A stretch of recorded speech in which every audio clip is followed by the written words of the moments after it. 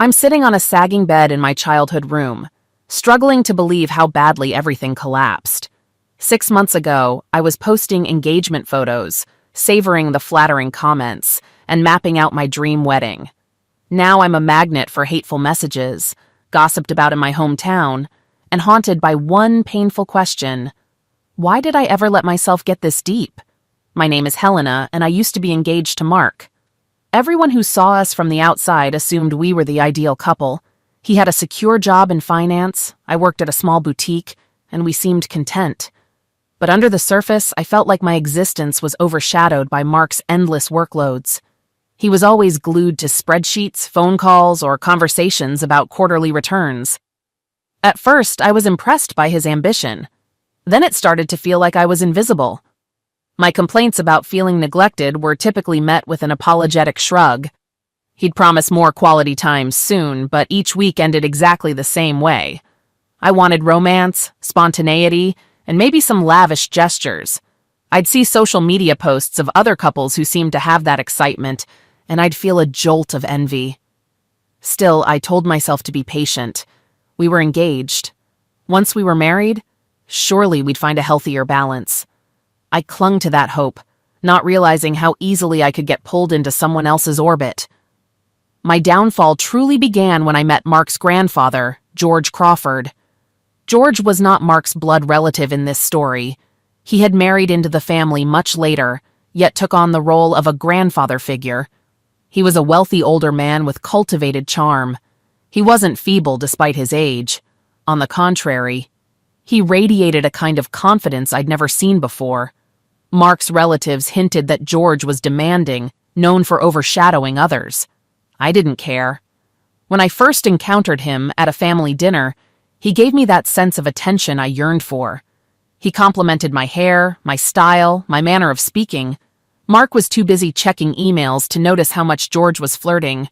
Looking back, it was silly to feel flattered just because an older man with money took an interest in me. But at the time, I was starved for recognition. Even Mark's parents, who were also there, barely acknowledged me. George asked about my goals, my thoughts on the upcoming wedding, and teased me gently about the stress of planning everything. I remember laughing in relief that somebody cared about my day-to-day drama. The next week, I was surprised to receive a message from George. He had gotten my number from some family contact list. It was harmless at first, a friendly inquiry into how I was coping with wedding stress. One message became a string of them, and each time he'd slip in compliments that made me glow. He said I had unrealized potential, that I deserved better than a fiancé who was too distracted to even notice my struggles. I kept telling myself it was innocent, he was only being nice. But a tiny spark inside me enjoyed the attention more than it should have. Our messages turned into occasional lunches, which felt oddly exhilarating. He'd pick places Mark never took me. I still told myself it was friendly. Then, at one of those friendly lunches, George slid a small gift box across the table, insisting I open it. Inside was a slim, shimmering bracelet. I gasped, urging him to take it back, but he said it was no big deal. "Just a token," he told me. I wore it for a moment, heart pounding, imagining Mark's face if he saw it. My conscience flared, but George's insistence calmed me. "Don't mention this to Mark," he said lightly. "He's too busy for such details anyway." Right there, a boundary was shattered. Several days later, I was wrapping up a stressful shift at the boutique when George texted me, "Dinner? I have a surprise." Mark was stuck at work again, so I agreed. I convinced myself it was better than sitting home alone, waiting for my fiancé to respond to my messages. That evening, George took me to a restaurant that had white tablecloths, dim lighting, and an air of exclusivity. The staff greeted him with respectful nods. My heart raced with excitement. Nobody had ever treated me that way. Then, halfway through dinner, he reached for my hand, gave a mild sigh, and told me I was mesmerizing. My cheeks burned. Yet I felt a twisted sense of relief. I wasn't invisible here. By the end of that dinner, we shared a long conversation that cut through every bit of caution I had. He confided his dissatisfaction with Mark's limited imagination. He joked that Mark was a loser for letting me slip away on these dinners unchallenged. I found myself half laughing, half cringing. but I didn't stop him. My silence basically endorsed his view. Later, in the car, he leaned over, cupped my face, and I let him kiss me.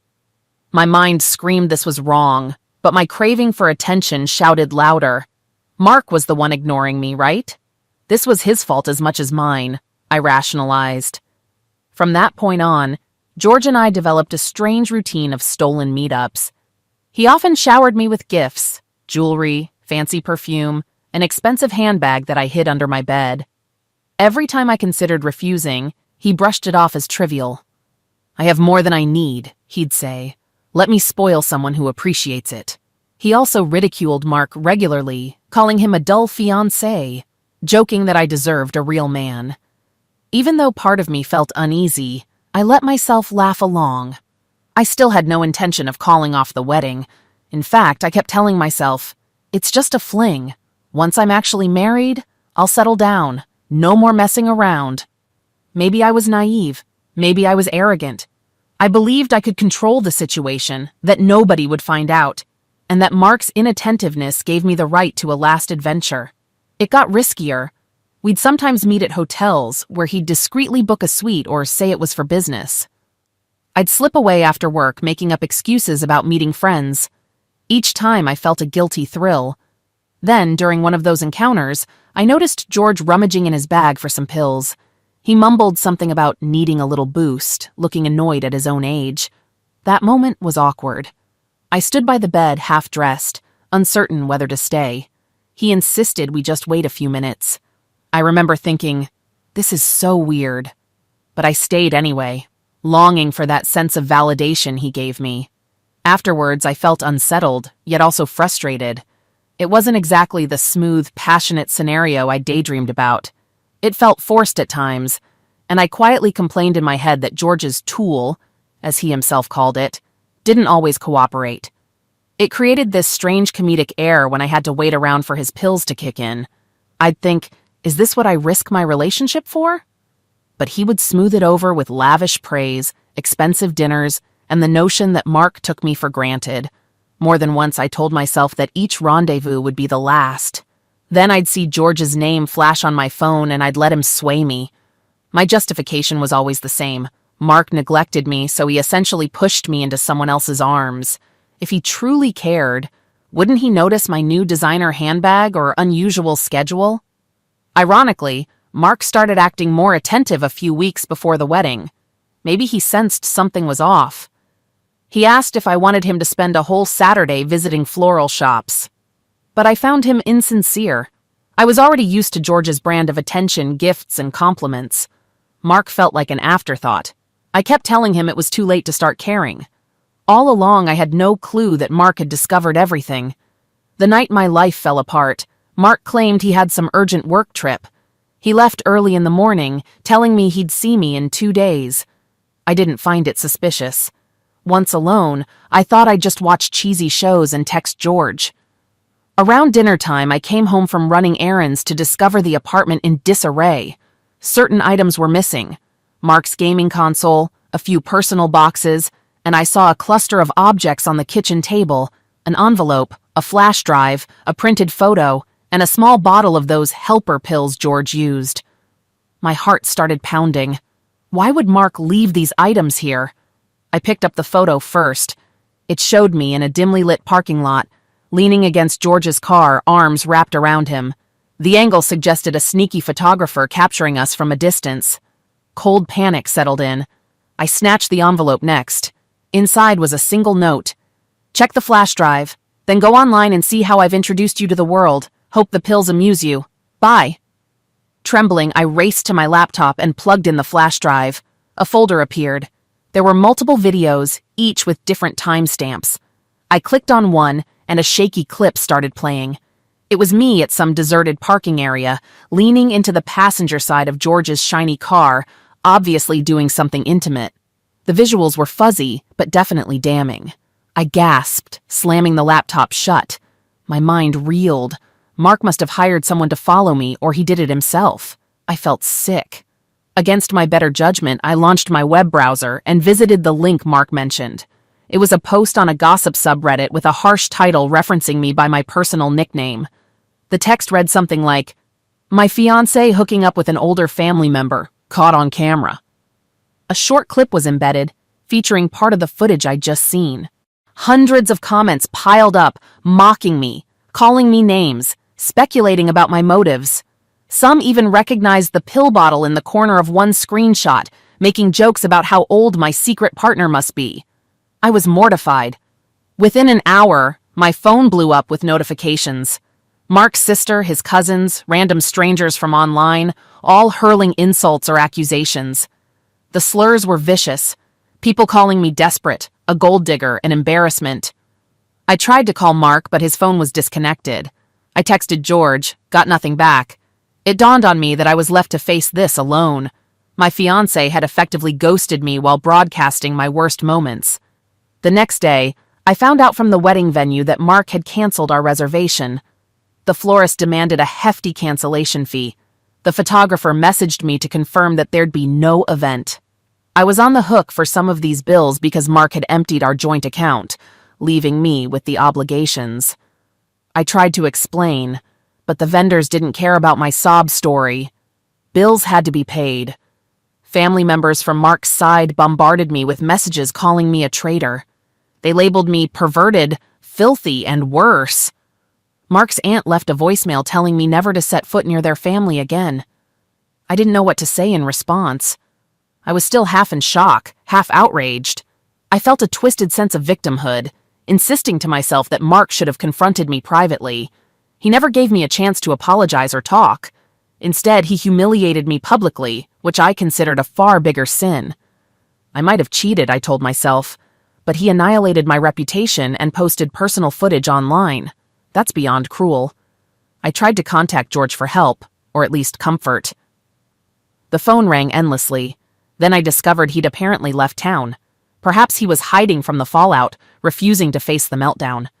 At first, I was livid at his desertion. He had fueled this entire affair with lavish gifts, invitations to high-end hotels, sweet nothings, and now that it all came crashing down, he vanished. I realized I had been used, or at least made into a convenient fling. My illusions about him caring deeply for me were crushed by his silence. When I gave up on salvaging anything at the apartment, I drove to my parents' house, tears streaking my face. I told them there had been a breakup, that Mark canceled the wedding. I tried to hide the grim details, but news travels fast in a small town. My mother discovered the scandal through a neighbor who apparently saw the Reddit post.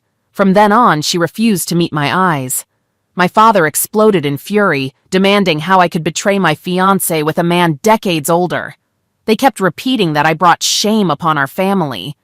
I wanted to scream that Mark was the one punishing me so harshly, but any protest felt hollow.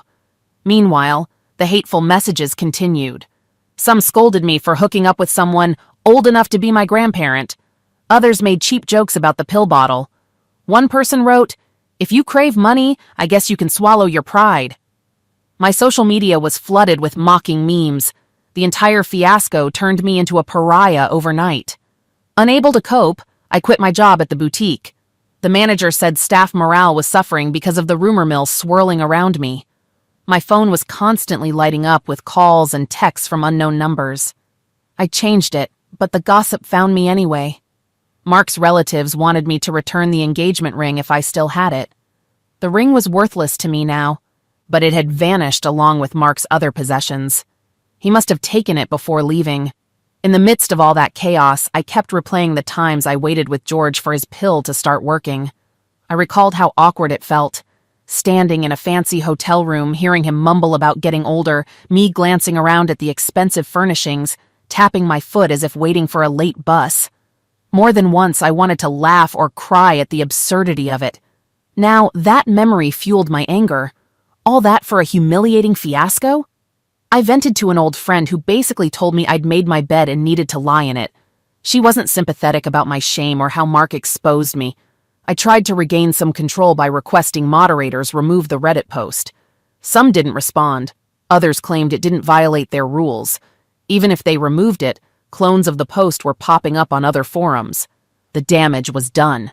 Internet re-uploads were unstoppable, and the scandal had its own twisted life cycle.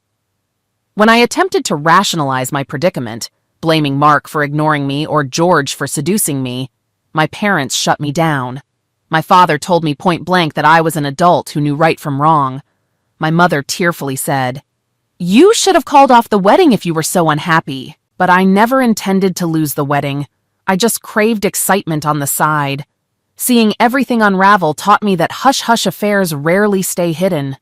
Without a job, with a soiled reputation, and facing leftover wedding bills, I sank into despair. My parents demanded to know how I'd repay them for the money they offered to rescue me from the vendor fees. I could only shrug through tears. Most nights I was too restless to sleep. I was haunted by the memory of that final day in our apartment, confronted by the flash drive, the picture, and those pills lined up as if Mark wanted to taunt me with every humiliating detail. He's a villain, I kept thinking. He turned me into an internet punchline. Of course, a small, persistent voice reminded me that I gave Mark the ammunition by betraying him. But in my mind, it didn't justify the public spectacle or the countless vile messages. If he wanted to break off the engagement, fine. Why drag me through the mud, plastering me all over the internet? That remains my bitter question. I considered finding a lawyer to sue him for defamation or invasion of privacy, but I didn't have the resources, and the footage was shot in a public place. Legally, it was murky. My father suggested dropping the idea to avoid more publicity. A month passed, and the wedding date arrived with no celebration. I spent it holed up in my bedroom, occasionally seeing social media posts from confused acquaintances who had no idea what really happened. Some posted supportive comments, but they were overshadowed by the avalanche of negativity. Even close friends told me they needed to take a step back, too afraid of guilt by association. I realized just how thoroughly Mark had vanished. People said he left his job, possibly transferred or took an extended sabbatical. Some guessed he was staying with a college buddy in another city. I wanted answers, some kind of closure. Instead, I got silence. The same applied to George. He melted into the ether, likely in one of his fancy properties. No texts, no calls, no apology for drawing me into this. I felt betrayed by them both. Mark for humiliating me publicly, and George for enticing me into a relationship he clearly had no intention of handling with responsibility. My daily life deteriorated. My parents insisted I look for new work, but local shops and offices either recognized me or wanted nothing to do with the scandal magnet. I tried traveling to nearby towns, though it was still difficult. The internet never forgets, so who knew if a future boss would connect me with that humiliating post? I looked into therapy. A local counselor agreed to see me, but my insurance situation was shaky, and my father complained about the cost. Still, those sessions offered a lifeline. The counselor told me that while anger at Mark might be warranted, I also had to accept my role. It was tough to hear. I wanted to pin everything on Mark's digital vendetta and George's cunning. Yet the counselor reminded me that if I'd said no from the start, none of this would have occurred. I left each session drained, torn between self-blame and outrage at how little empathy anyone showed for my side. I also had nightmares about the humiliation of that posted video. I'd dream I was in a crowd, and suddenly the clip would start playing on giant screens, with everyone pointing and laughing. I woke up in a sweat more times than I can count, heart hammering, guilt and anger tangling in my chest. In those half-awake moments, I'd sense how deeply I missed the normalcy of my old life, back when I was a fiancé scrolling through wedding boards, imagining a bright future. But that future is gone. In its place is a tarnished reputation, a family that barely tolerates me, and a yawning uncertainty about where I can ever rebuild.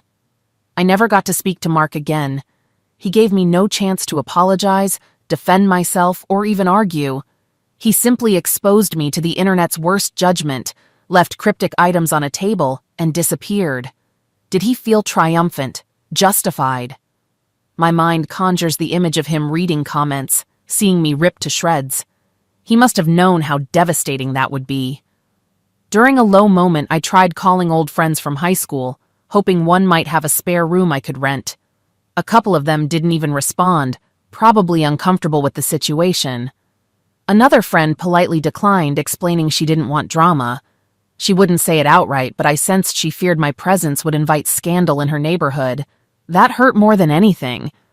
I was left with no solid place to go except my parents' house, where each day feels like a gauntlet of judgment. I still replay the night George fumbled for his pill, cursing his age, while I stood there awkwardly. At the time, I felt equal parts pity and annoyance. He was the one who kept claiming Mark was worthless, that I needed someone mature. Then he needed chemical help to function in that domain. The irony stings.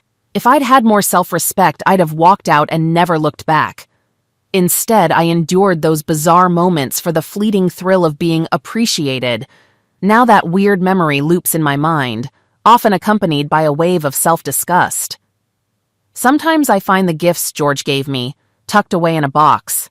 Pieces of jewelry I never wore in public, still shining under the lamplight, mocking me with their emptiness.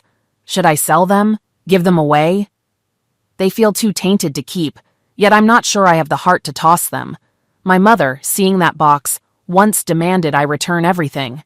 "It's blood money," she spat. But I told her it was none of her business.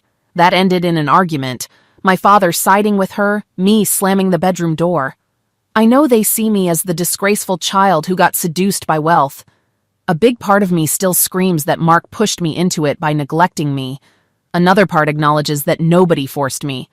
My justifications crumble when I face them directly. The wedding fiasco eventually drifted from public view, replaced by new scandals. But the damage to my personal life remains. My parents' sympathy is thin. Mark's entire family despises me. Friends walk on eggshells around me, uncertain whether to console me or scold me. Without an income, I rely on my parents, who resent having to support a daughter who brought shame upon them. It's a miserable existence. I wonder if Mark and George ever talk about what happened. Do they blame each other? Did Mark confront George and vow to cut him out of his life? Or is George spinning stories to salvage his own reputation, possibly claiming I was the aggressor? I'll likely never know. All I have are half-formed theories. My therapy sessions help me see that I can't remain in this state forever. I'll need to find new ways to regain stability. That might mean relocating to a place where nobody knows me, erasing my online presence as best I can, and starting fresh. The thought of job interviews terrifies me, though. What if they find the video? That worry gnaws at me. People can be cruel, and I'm not strong enough to shrug it off yet. During one therapy appointment, the counselor asked me to write a letter addressed to Mark, expressing everything I wished I could tell him. I wrote pages of frustration, sadness, and blame. I accused him of sabotage, of turning me into a public pariah. I asked him why he never tried to fix our relationship. I ended by saying I hoped he understood the lasting damage he caused. Then I read it aloud in the session, shaking with tears by the end.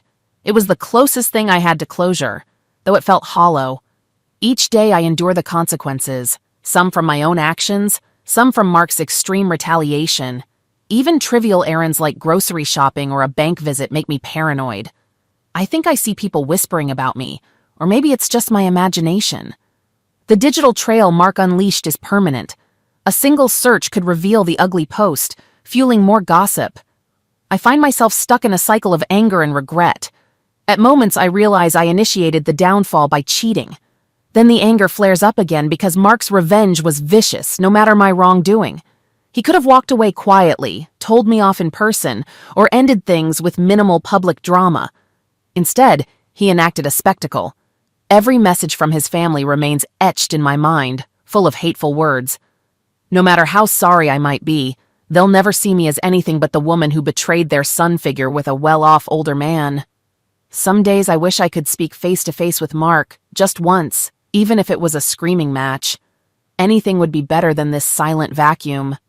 I yearn to hear him say it to my face, why he posted the footage, how he managed to film it, and whether he regrets subjecting me to incessant online ridicule. Yet no call arrives, no text, no email. The fiancé I used to see every day is a ghost. George remains equally elusive. I have a fantasy in which he suddenly contacts me, apologizing profusely and acknowledging his part. He might say he was drawn to me for valid emotional reasons, or that he regrets leaving me to bear this scandal. But I know that's unlikely. Wealthy men like him typically avoid messy fallout. He's probably in a different city, continuing life as if I never existed. Sometimes I pull out the wedding invitation we had printed, reading the scripted words about celebrating a lifelong commitment. It feels surreal now. That entire plan was a mirage. I was so busy enjoying the excitement of an affair that I never realized the magnitude of my decisions. And Mark was evidently busy planning his exit strategy. The invitation belongs to a parallel universe where we might have learned how to communicate. Instead, I'm left with nightmares and regrets. At this point, I'm resigned to leaving my hometown.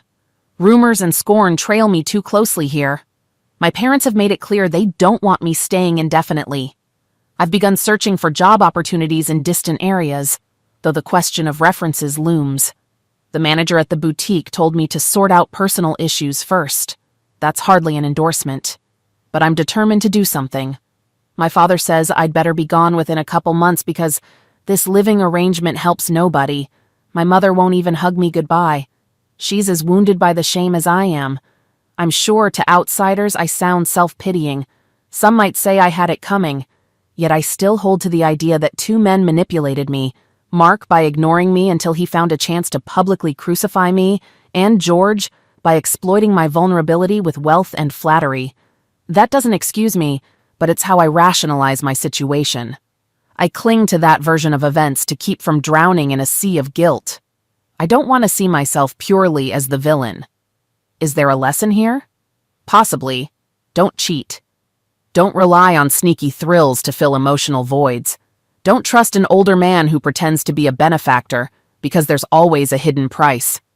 Don't underestimate a partner's capacity for revenge. I'm sure that's what people mean when they say my story serves as a cautionary tale. Too bad that knowledge came too late for me. As I finish recounting this saga, I'm staring at the empty ring box Mark left behind, the lid ajar, a silent testimony to how quickly everything unraveled. Any illusions of a perfect marriage are gone. Any illusions that an affair can remain secret are gone. My future is murky, but I know I can't stay stagnant here rereading nasty comments. So I'll muster the last bit of strength I have, pack a suitcase, and search for a chance to begin anew.